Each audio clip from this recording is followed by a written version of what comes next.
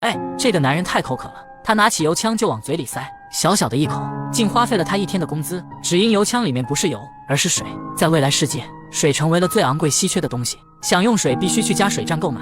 自来水管里喷出的是沙子，洗东西只能用沙子摩擦。老田一家特别穷，喝不起水只能喝酒，吃的食物都不带一点水分。他们虽然是附近最大的地主，可因为没水种不了庄稼，这大片土地都是摆设。为了生活，老田带着儿子干起了运输。他们每天行走几公里，给水厂的工人输送物资，以此来换取酬劳。老田总想贿赂工头，他想让水厂往他家方向安置管道，可工头觉得你不拿出点实际行动，我怎么帮你？但老田太穷了，根本拿不出贿赂的钱，因此工头每次都拒绝他。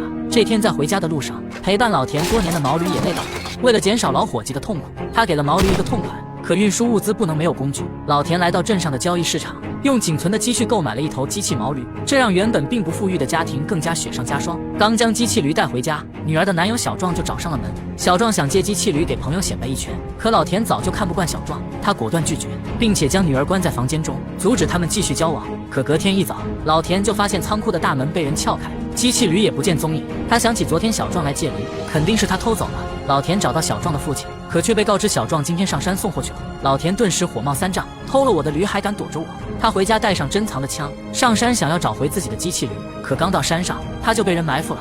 男人一觉醒来，几个壮汉正盯着他。壮汉质问男人为什么不按时送货，男人说我的驴丢了。壮汉一听来气了，你咋不说驴睡懒觉耽误了？壮汉开始动手动脚，幸亏男人练过，一番打斗过后，男人成功逃脱。隔天一早，男人老田终于找到了小壮，果然机器驴是小壮偷的。他将小壮绑起来，想要去水厂找壮汉解释，可工厂太远了，炎炎烈日之下，两人很快口干舌燥。机器驴拉的物资全是烈酒，他们没有水。小壮借机说要不歇一下吧，老田心想也行，他给小壮松开绳子，可小壮突然对老田发起偷袭，他将老田摁在地上，狠狠地灌着烈酒，不一会老田就脱水下线了。儿子小田和女儿美娜得知父亲的死讯后，悲痛万分。小壮说是机器驴故障导致的意外，被蒙在鼓里的小田愤怒地想要给老田报仇，没有老田的阻拦，小壮和美娜终于修成正果。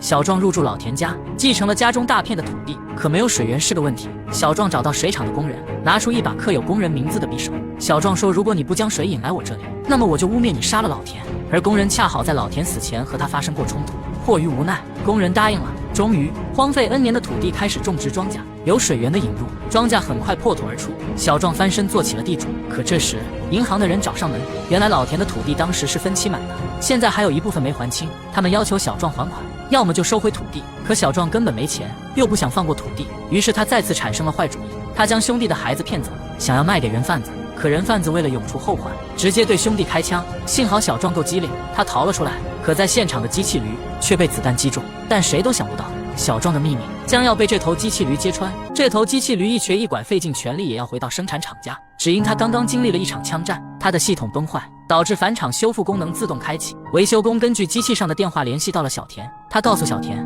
机器驴身上有录像功能，你可以看看是谁伤害了你家的驴。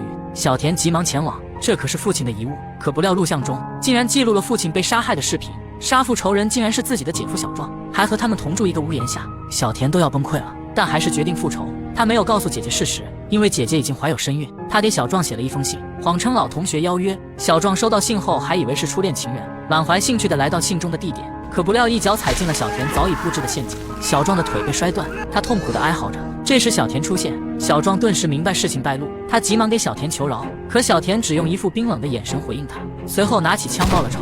小田带着机器驴回到了家，他将机器驴中的视频全部删除，对姐姐没有提及任何事情。姐姐开始还纳闷小壮去哪里鬼混了，后来随着时间的推移，他将小壮当成了负心汉，而大片土地种植的庄稼让姐弟俩生活开始富裕。小田担起了男人的责任，带着姐姐过上了幸福美满的生活。